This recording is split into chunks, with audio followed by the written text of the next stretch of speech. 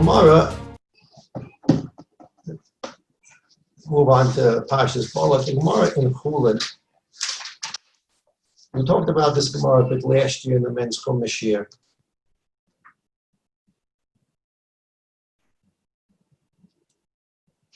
As time moves forward to be a Sagoyel, these Gemaras become more and more and more lively.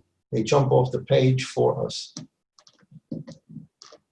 The Gemara in Chulin, Daf Samach Amud Beis, referring to Psukim at the end of last week's Parsha Chukas, that is relevant to this week's Parsha Balak. Gemara says, Reb Shimon ben Lakish. Reb Shimon ben Lakish said, Reb Shimon ben Lakish is the great Amora. He's Reb Yochanan's brother-in-law. He says, Havi Makrois Shuruyun Lisroiv. There are a lot of psukim in the Torah that really, if you just look at them superficially, you would burn them. Shocking thing to say. Reish Lakish says that there's a lot of psukim in the Torah that you would look at them at first glance without any in-depth analysis and say, take them out of the Torah and just burn them, because they're completely irrelevant. But v'hein hen gufei Torah, those psukim turn out to be the actual essential components of the Torah. They are the guf of the Torah. They are the skeleton of the Torah. They form the basis of the Torah. One of these psukim is a pasuk at the end of last week's Parsha, Parshas Chukas. At the end of Parshas Chukas, it says, Ki cheshbon ir sichon melech hamoyri he, v'hu nilcham b'melech moya. We go to last week's Parsha, and we have the first war of the Jewish people with Moshe Rabbeinu, where they conquer the east bank of the Jordan. We should stop talking about the west bank of the Jordan and start talking about sovereignty over the east bank of the Jordan. So last week's Parsha, it says that Moshe Rabbeinu asked permission. He was talking to Edom, let us cross through your borders to go to Eretz Yisrael. Edom said no, and for whatever reason, the Rebbeinu Shalom said you can't attack Edom, you have to go around. Next place they come to is the area of Emoiri, and Sichon is the king. And Moshe Rabbeinu sends messengers to Sichon and says, we'd like to pass through your land to get to Eretz Yisrael. We're not going to attack you. If we eat anything or we need water, we're going to buy it from you. We're going to pay you. We just want to cross through the land as a shortcut to Eretz Yisrael. And Melech Sichon says nothing doing. So a war started, and Moshe Rabbeinu and the army defeat Sichon and part of the east bank of the Jordan, which eventually becomes part of Ruvain, Gad, and half of Shevet Menashe. And there it says that one of the cities that Moshe and the army conquered was Cheshbon, a huge metropolis at that time, the city of Cheshbon. So, okay, interesting. We conquered Cheshbon.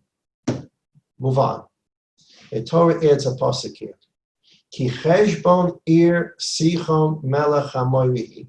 Because Cheshbon, the city Cheshbon, when it was conquered by Moshe and the army, was a city that belonged to Sichon. V'hu nilcham b'melech Moav harishon, but Cheshbon wasn't always the property of Sichon. Cheshbon used to be a city that belonged to the king of Moab. And there was a war between Sichon and the king of Moab. And during that war, Sichon captured Cheshbon from Moab. And now Cheshbon belongs to Sichon. And now the Jews conquered Cheshbon. I'm getting a world history here of who owned the city of Cheshbon. Why is this world history important? This is like what they would call today, lahavdil, is like secular studies. Who really cares about world history? And that's what Reish Lakish is saying in the Gemara.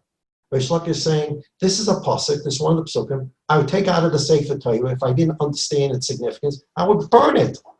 That's an amazing thing for Rish Lakish to say. At first glance, you take this pasuk out and you burn it. Why? Who really cares? Why do I care that Heshbon was once the property of Moab, and Sichon conquered the city from Moab, and now the Jews conquered it from Sichon? That's all I need to know is that there was a war between the Jews and Sichon, and the Jews took the city of Heshbon. Period. That's all I need to know. And Heshbon is now a Jewish city. I have to go through world history. And before Sichon had the city of Heshbon, Moab had the city of Heshbon, and Sichon took royally sorry. I would burn these psukim. But these psukim, Rish Lakish says, is gufei Torah. This forms the skeleton, these kind of psukim. This forms the basis of understanding the Torah properly. Why? So we continue reading the next pasuk in Parshas Chukas at the end of last week's parsha. Right after that pasuk of world history that Sichon took the city from Moab. Alkein Yomru HaMoshlim. Therefore the Moshlim say, who are the Moshlim? Moshel doesn't mean here the rulers. The word Moshlim, Rashi says here, means the people who say mushals. The people, the parablers, if there's such a word. The people who like to say parables. Who's our most famous person who says parables? This week's parsha. Balak, constantly in the parsha, it says, Vayisam Mishalo. And, Bilam. Bilam said the following parable. And then Bilam said the following parable. He's the parabler. So, Al-Kain Yomer HaMoshlim, at the end of last week's parsha, therefore, Bilam said, Bo'u Cheshbon. I'd like you to come and take a look at Cheshbon. Tibana v'Sikon and Ir Sichon, it can now be rebuilt as a city of Sichon. What did Bilam want with the city of Cheshbon? Here's what he wanted. World history. The daily news of Amori. Let's assume there was such a publication. The daily news of Amori. Daily News of Amori publishes a story in the year 2488, approximately. The year 2488, there's a story headline, Sichon fails to conquer Heshbon. The king of Sichon attacked Moab, and he failed to capture Heshbon, the metropolis. A couple of months later, the Daily News of Amori, Sichon fails a second time to conquer Heshbon. And he keeps on trying, and the news keeps on reporting that Sichon, this great, powerful king, is unable to capture the city of Heshbon. So what does Sichon do? Like any good Oved Avodah Zarah of those days, he goes out and looks for Bilam. Bilam has a reputation in the Sichon Daily News. He has an advertisement in there, and it says anybody looking for a good cursor, a good sorcerer, contact Bilam. Work guaranteed. So Sichon searches out for Bilam and says, Bilam, I have a job for you. I need you to curse the king of Moab because I fought a couple of wars. I want to capture the city of Heshbon, and I can't. It's too powerful. I'd like you to curse the king of Moab, and then I'm going to go out and fight another war. And maybe your curse will be strong enough, I'll be able to conquer the city of Heshbon. Bilam takes the job, whatever, Happakadabra, whatever he does there, he curses Moab. And what happens? Sichon now goes out, fights the next war against Moab, and he conquers Heshbon. And now Heshbon belongs to Sichon, but not for so long, because the Klal Yisrael are going to come. And what are they going to do? They're going to attack Sichon, and they're going to take Heshbon from Sichon. So that's the picture. Before the Jews took Heshbon from Sichon, Bilam, in the Amori Daily News, the Daily News of Amori, he put in his advertisements, but now his advertisement said, looking for a cursor, looking for a sorcerer, contact Bilam, work guaranteed. Take a look at Heshbon. Became a promotion, became PR. If you want to know how good my curses are, Bilam says, take a trip, take a bus, and go to Heshbon. Remember, Heshbon used to be Moab? It doesn't have a Moab flag over it anymore. It now has an Amori flag over it. Why do you think it has an Amori flag over it? Because I, Bilam, cursed it. Anybody need any curse work done? Contact me. So that's what these two psukim mean. Ki Cheshbon ir Sichon melech hamoirihi. Cheshbon is now a city that belongs to Sichon. V'hu nilcham b'melech Moab harishon, and he had to fight a war with the first king of Moab. Vayikach is called Atzem Yod, and he was able to conquer the land of Moab, including Cheshbon. Al Kain Yom Ramoshem, and because of Sichon's victory over the king of Moab, by which he took Cheshbon, Bilam says, Bo Cheshbon, come take a look at Cheshbon. You're going to see how well my curses work. Tibana v'sikonin ir Sichon. That's the psukim in last week's Parsha. We go to this week's Parsha. Vayar Balak ben Tzipra is called Asher Asa Yisrael le'amoyri. And Balak now is, who is Balak? Balak is the king of Moab.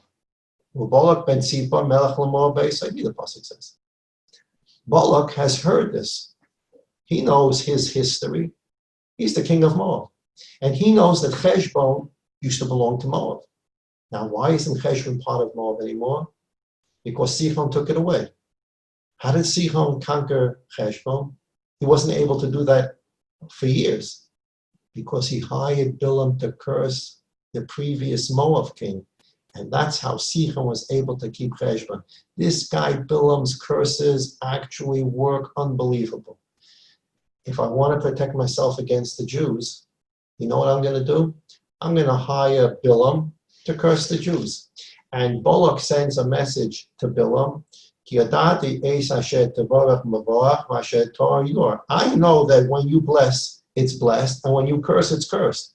I have personal information that your curses work because I'm the king of Moab, and my predecessor king, who they were never able to defeat, they defeated because you cursed my predecessor, and that's how we lost Cheshbon. So I know your curses work.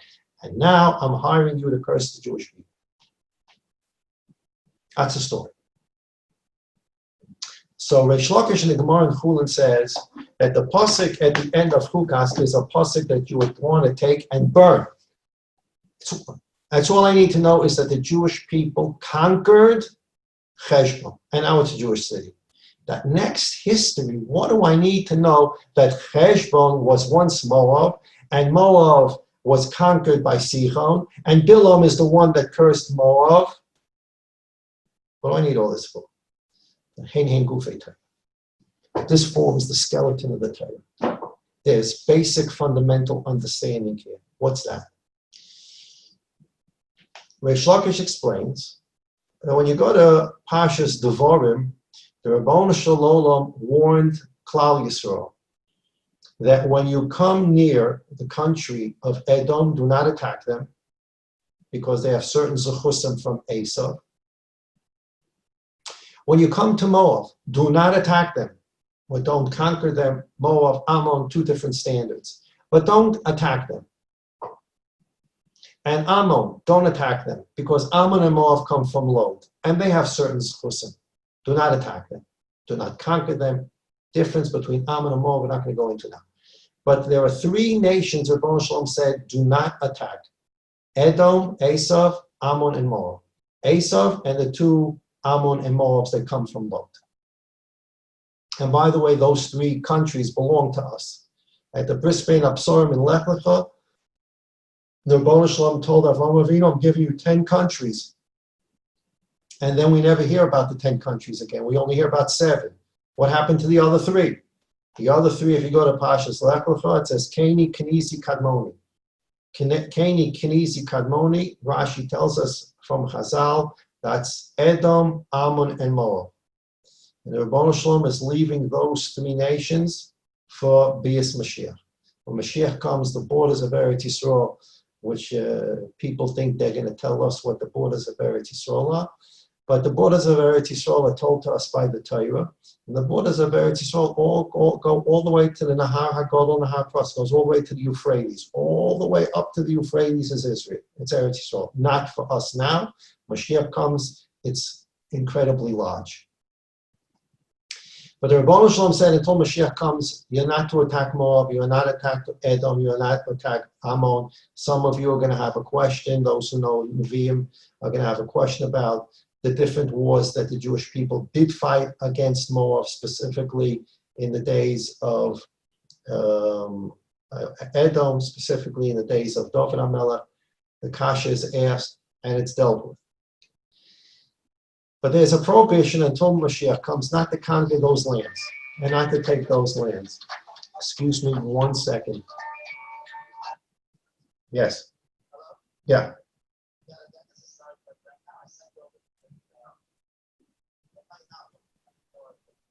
Okay, I'll take a look.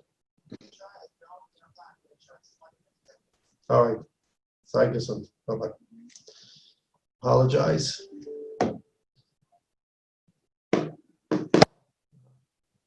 End in a few minutes. That was my son. He's having his tekes today. He finished, Baruch Hashem, his commander's course, and he's now, today, officially, a mefaked in the Tzahal.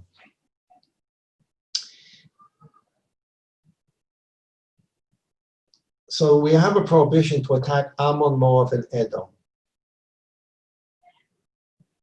But the Rebbeinu Shalom wants to give us the city of Heshbon, and he wants to give us part of the East Bank so that Reuven, Gad, and Chatzishev and Asher will get it. That's the Rebbeinu Shalom's ratzon.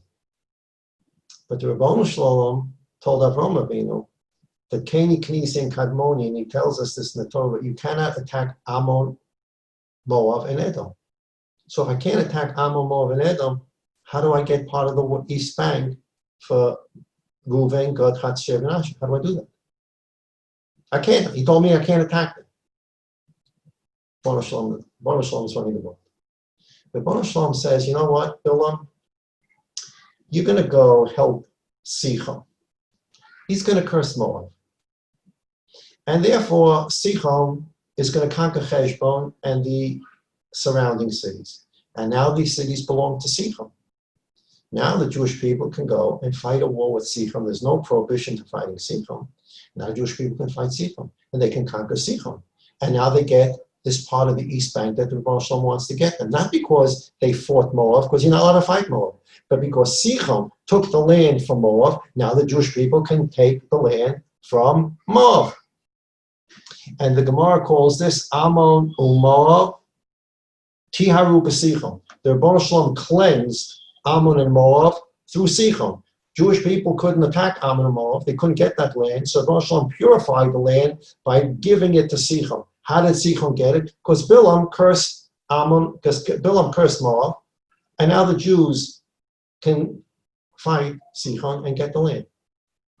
So who's this whole plan for of Bilam successfully cursing Moab? What's this whole plan for? Why did God doesn't have to listen to a human being's curse. It doesn't mean anything. It means nothing. But the Rebbeinu Shalom gives certain people power when he wants to, Okay? Rebbeinu Shalom gives certain people power. And Bilam curses Moab, and now Sichon can take their land. So first Bilam thinks he's a Gaffer Rab. I'm a great guy. My curses work. And he puts his advertisement in, as the Torah says, Bo Cheshbon. Everybody come to Cheshbon. See what I can do. I cursed Moab, and they lost Cheshbon to Sichon. Come. Look at my work. Balak comes to take a look at the work and says, I have personal knowledge. I'm the successor king of Moab. When you curse, you curse. And I want you to curse the Jews. It's a joke. Why did Bilam's curse work in the first place in Heshbon? Because it was God's plan for the benefit of the Jews that Bilam's curse should work, that Moab would lose the city of Heshbon and lose it to who? Lose it to Sichon. Why? So that the Yiddelach can take Heshbon and own Heshbon. The whole thing, the fact that Bilam's curse worked against Sichon, worked against Moab, is to the benefit of the Yidden, so that they can get Heshbon. Kommt jetzt Balak and says, you know what? I want to use your curse power to curse the Jews. You don't understand what's going on. The Rebbeinu Shalom is running the battle caps on top of this temple. It's all for the perfection of the whole world. It's all to bring about the world to Gula Shlema. It's all to make sure that the Yidden are taken care of. It's all to make sure that the world's in the state that the Rebbeinu Shalom wants it to be. It's all there because the Rebbeinu Shalom wants Cheshbon and its cities to belong to Klal Yisrael. And that's why your curse worked against Moab. Now you want to take the same Bilam and use his curse against Jewish people? What are you talking about? And so Reish Lakish says when you first read these psukim at the end of Parshas Chukas, you would take the psukim and burn them. I don't really care about world history. It's meaningless to me. That's all I need to know is Cheshbon belongs to the Jews. I don't care about the previous war between Sichon and Moab. It doesn't interest me. I'm a Yid. I don't care. I just care about that Jews have Cheshbon. I don't care about anything else. Burn the pasuk. Reish Lakish says, no, you don't burn such a pasuk. You have to look deeply into the pasuk. You have to look at the world history. You have to look at the world events and understand that God is constantly talking to the world and talking to Klal Yisrael for the benefit and about Klal Yisrael. This is about Klal Yisrael. The fact that Sichon defeated Moab in a previous war and took the city of Cheshbon, it looks like in a vacuum. Burn it. It has nothing to do with Klal Yisrael. Boy, does it have to do with Klal Yisrael. Because in a couple of years, Klal Yisrael is going to take that city from Sichon, a city that they couldn't take from Moab. And the joke on Bilam is that he's going to try to curse the Jewish people because his curse worked on Cheshbon, and his curse worked on Cheshbon only so the Jewish people can get Cheshbon. And now he's going to try to curse the Jewish people. Joke on you, Bilam. World events, world history, and as the world moves through events, we need to understand that these events and world history, we need to understand every single event that as it affects Klal Yisrael, what does it mean? And I sent out just for everybody to read. It's from a sefer that explains the Kedushas Levi, the Levi Yitzhak Berditchev in this week's Parsha, that is explained in this sefer. It's a sefer dedicated every week to taking a piece of the Kedushas Levi and explaining it. I sent out 2 of the pages this week. It's fairly easy reading. Take a look at it. This is the message of Levi Yitzhak Berditchev delivers in this week's Parsha. He says, Bilam simply doesn't get it. Bilam can be a Navi, but a Goy Bleibte. He's still a Goy.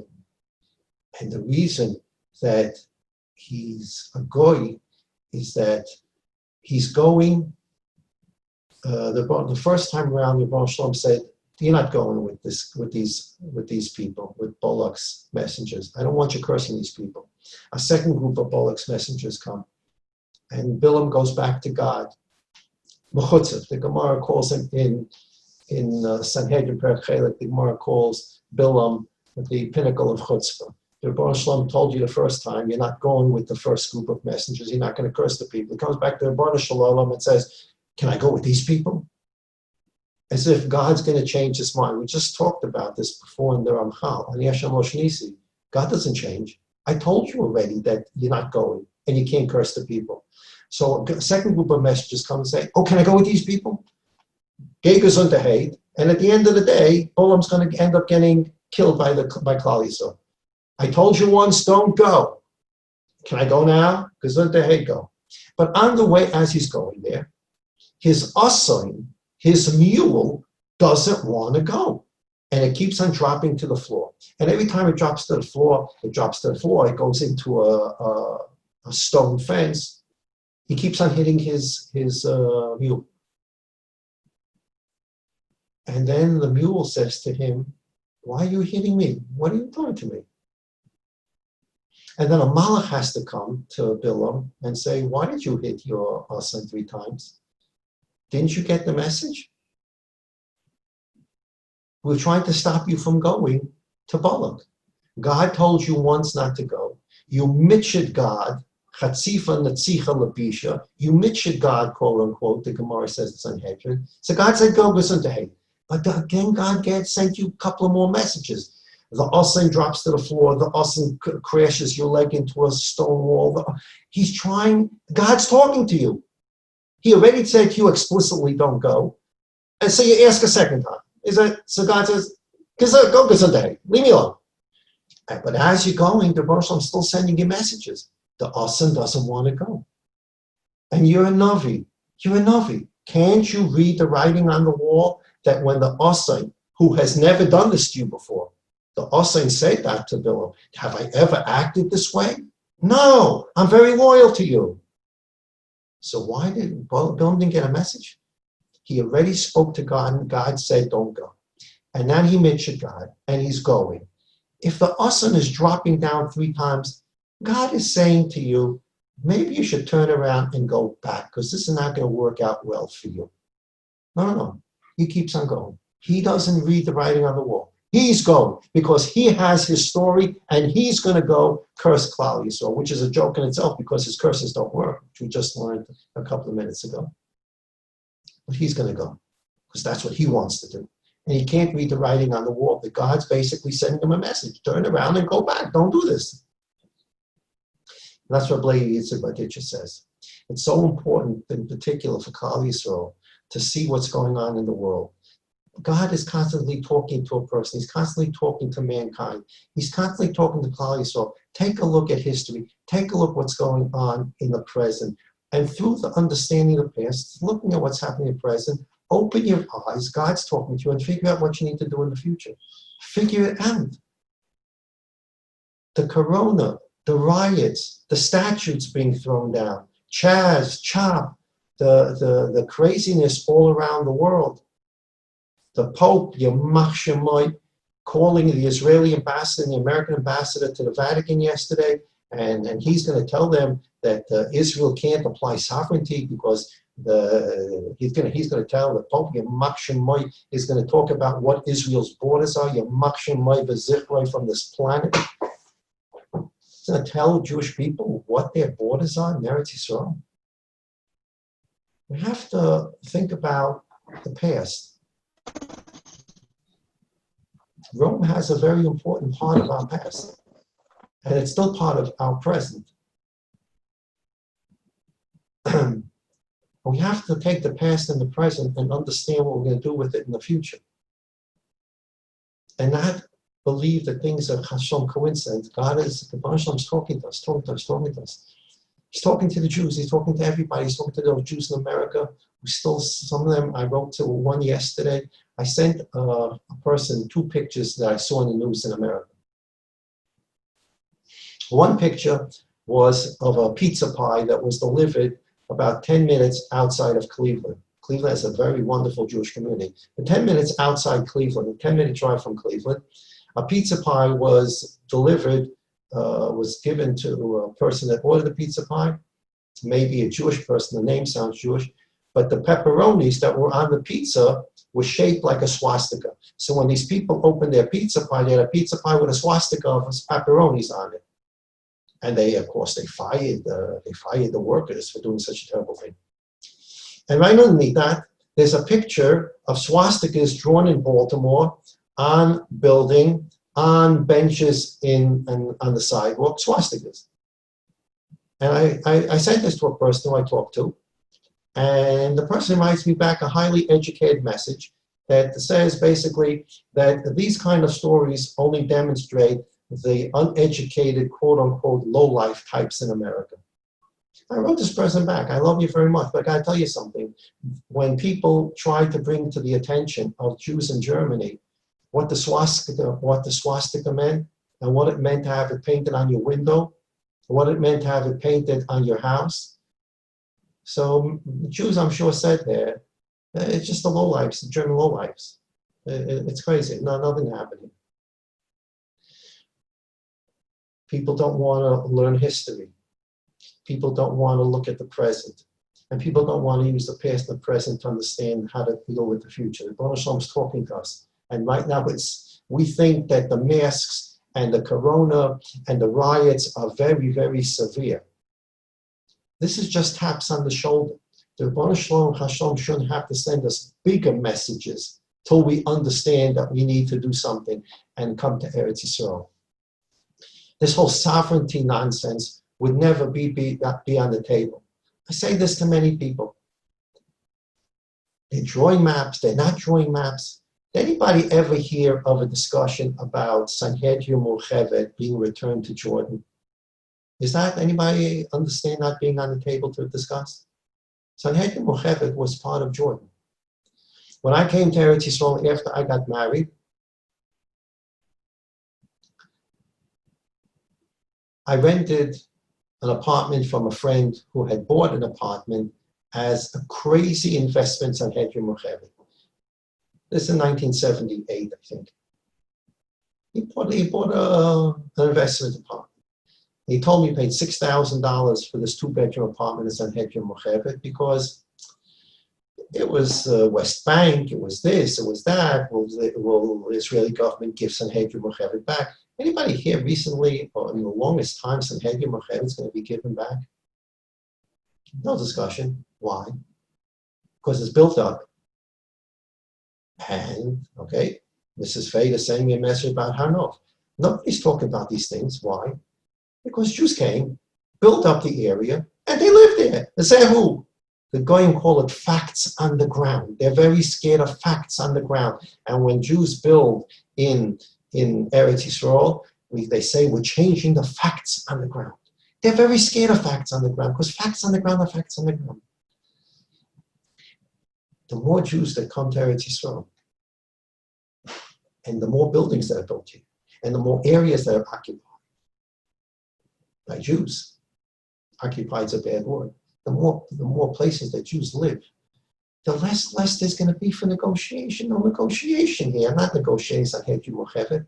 I'm not negotiating Hanov. So my dear brothers and sisters in America and Canada, all over the place, please don't wait till Rebbe Shalom gives you a bigger punch in the face. Please don't wait till you get a pepperoni swastika pizza. Please don't wait till you get a swastika on your car, or swastika on your shul, or swastika on your house. Wherever you are, 5 towns, Muncie, you get a swastika there, chas v'sholom. Al tiftachu v'nadiv ben adam shel teshua. There's a past, there's a present that the Rebbe Shalom has given us. Understand what that is to understand what you need to do in the future. I'll read for a moment to close here this crazy sovereignty issue. I have no opinion that I'm saying right now about sovereignty. Yes, take 30%, 40%, 50%, no sovereignty. I'm making no comment about that. I just think it's important that you hear what Menachem Zemba wrote. He gave the speech. This is in 1937. It's in his Sefer. Menachem Zemba was one of the Go'onim in the world. Go'onim in the world. And he became the Rosh Hashiva of Chachmei Lublin after Reb Meir Shapiro. Reb Meir Shapiro, the person who found the Daf Yomi, and founded the yeshiva in Lublin, after he was nifter, Menachem Zemba, Gerach Chassid, became the Rosh Hashiva of Chachmei Lublin. Menachem Zemba was a very, very high person in the then fledgling Agudas Yisrael. And they asked him to speak at the quote-unquote Agudas Yisrael convention, and this is in Marienbad. Okay, it's like a vacation spot. It's obviously somewhere in Poland. Marienbad, I assume it's in Poland, and it's in 1937. And during those days in 1937, the issue was bubbling about, yes, Medina, no Medina, should Haredim support Medina, should Haredim not support Medina? Maybe we should take half of Medina, maybe we should go to Uganda, maybe we should take just a piece of Eretz. All these questions came up. So this is a speech he gave at a Agudas Yisrael convention. I assume it's a good. This is the Knesset Gedolah. This is the third Agudas Yisrael convention in Marienbad, 1937. This is the speech he gave. He wrote down the speech. And he says there's a big shiloh right now about whether a Medina should be established or Medina should not be established. And he says, I don't want to go into the halachic issues right now, but I just want to make one point. I am compelled to say the following to you. And before I read this, after 1937, we're talking about Agudas Yisrael. We're talking about quote-unquote Haredim. Haredim. Right? This is Rav Menachem Zemba. By the way, Rav Menachem Zemba, Hashem Yimken Domai, we mentioned he was killed Chol Hamoed Pesach. He was in the Warsaw Ghetto. He was one of the supporters, even though they want to rewrite history. It's sheker. People rewrite history because they don't like the narrative. He was in the Warsaw Ghetto, and he supported the Warsaw Ghetto uprising. We have letters to that effect. And today, the people who don't like that idea say that he was forced into it. He really didn't agree with it. You're not supposed to fight Goyim. Allah get the Geshmak HaMaises. But we have letters from Menachem Zemba. He supported the Warsaw Ghetto uprising. And he was killed Chol Hamoed Pesach. He was in a bunker with his family, and a little grandson ran out of the bunker, ran into the street, and he ran after him to save him. And as he saved him, he was shot and got back into the bunker, and he died in the bunker. He was buried there in the Warsaw Ghetto, and after the war, his body was removed, and he's now buried in Har HaMenuchos. So this is what Rav Menachem Zemba Shemim Kondamai said in 37 as the upper echelon of Agudas Yisrael Charedim. I am compelled to tell you the following.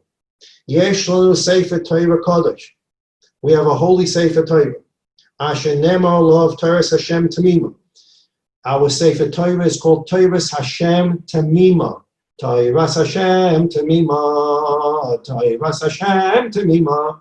Simchas Torah. The Torah is complete.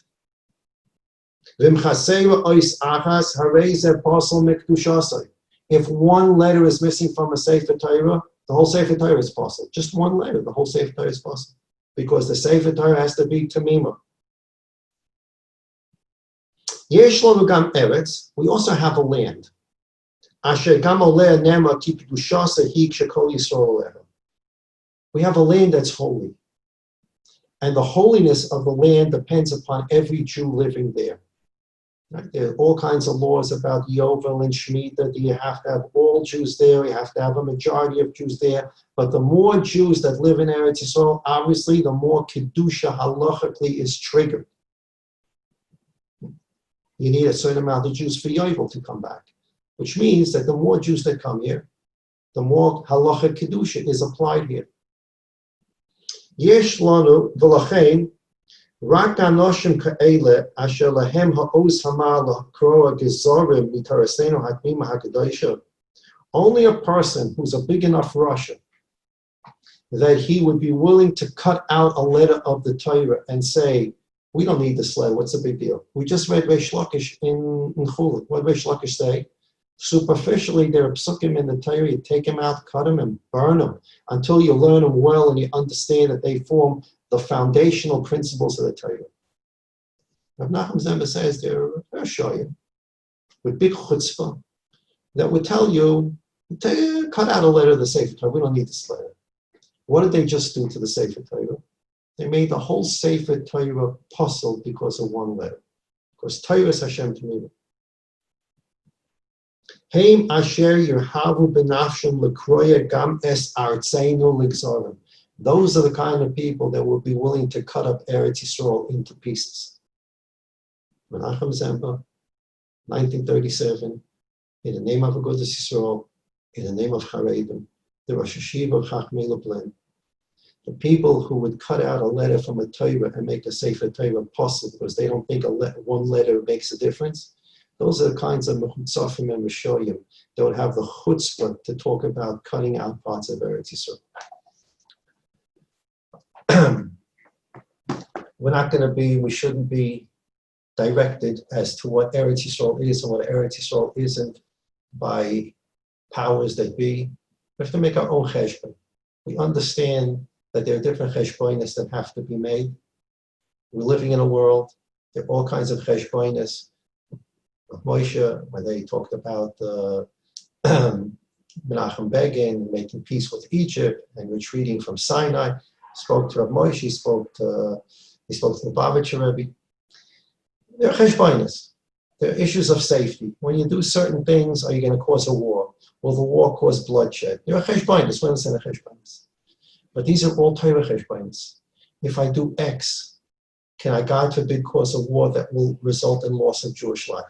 That's a Torah cheshbon.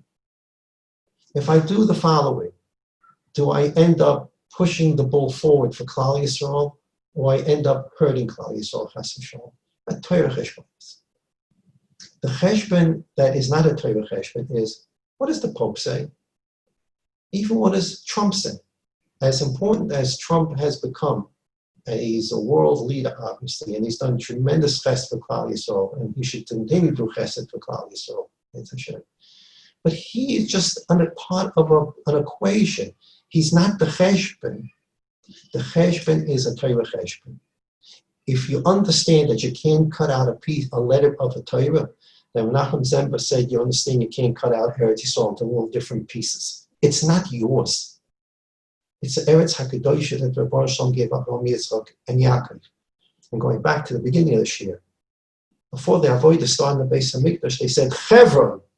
When we start Shmoyne Es, we say, Lekei Avram, Lekei Yitzchak, Lekei Yaakov, to remember the Schus Avos who were given Eretz Yisrael. And with that, we go into the Avodah Beis HaMikdash, and with that, we go into Shmoyne Esrei.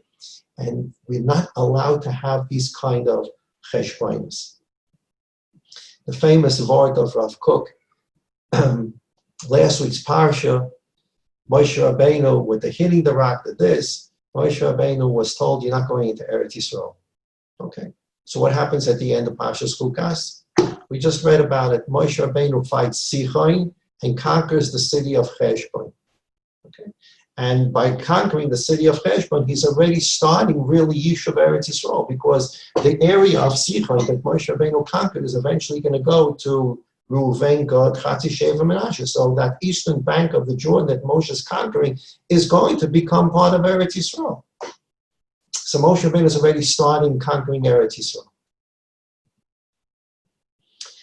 So Rav Kook said that Moshe Rabbeinu said that if I can't go into Eretz Yisrael, at least let me kill the Cheshbonis so that other Jews can go into Eretz Yisrael. He's saying it as if it's like a sarcastic comment. Jews have so many cheshbonos that we talked about several weeks ago. My parnasa is in America, my school is in America, my grandchildren will not be able to learn Hebrew, all the excuses, because the Rebbe Shalom knows how to make direct deposits at Chase Manhattan and M&T, but he doesn't know how to make direct deposits into Pagi and Poalim. It's God's problem. Soon he'll learn how to make your direct deposit into Pagi and Poalim. You'll be able to make Aliyat Eretz Yisrael, because right now it's not available. A direct deposit not available through God here.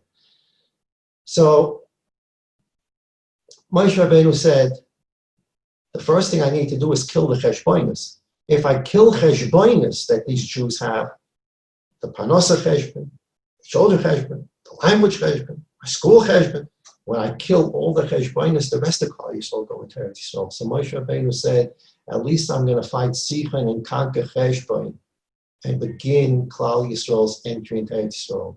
And that's of course, first you kill the Cheshbonos and then Klal Yisrael come to Eretz Yisrael. So we have to help our brothers and sisters kill all the Cheshbonos and help us come to Eretz Yisrael. And make sure that the sovereignty issue, besides up to us, it's up to them. There wouldn't be a sovereignty issue if 2-3 more million Jews came here and they were all over living in Yehud and Shomron. They're not talking about giving back Sanhedrin or Chevron. No, if they wouldn't be talking about Yehud and Shomron, if from 67 until today there'd be millions of Jews in Yehud and Shomron instead of millions of Jews in New York and California and Canada. There wouldn't be this discussion of sovereignty, Rabbi said. So as this issue is on the table, and we learn from what's on the table, because the news speaks to us that maybe it's a Bishop teaches us this week's parasha. We shouldn't be Bilam, that the mule falls down 3 times and we don't get God's message. Let's get God's message. And let's help our brothers and sisters in America understand the message.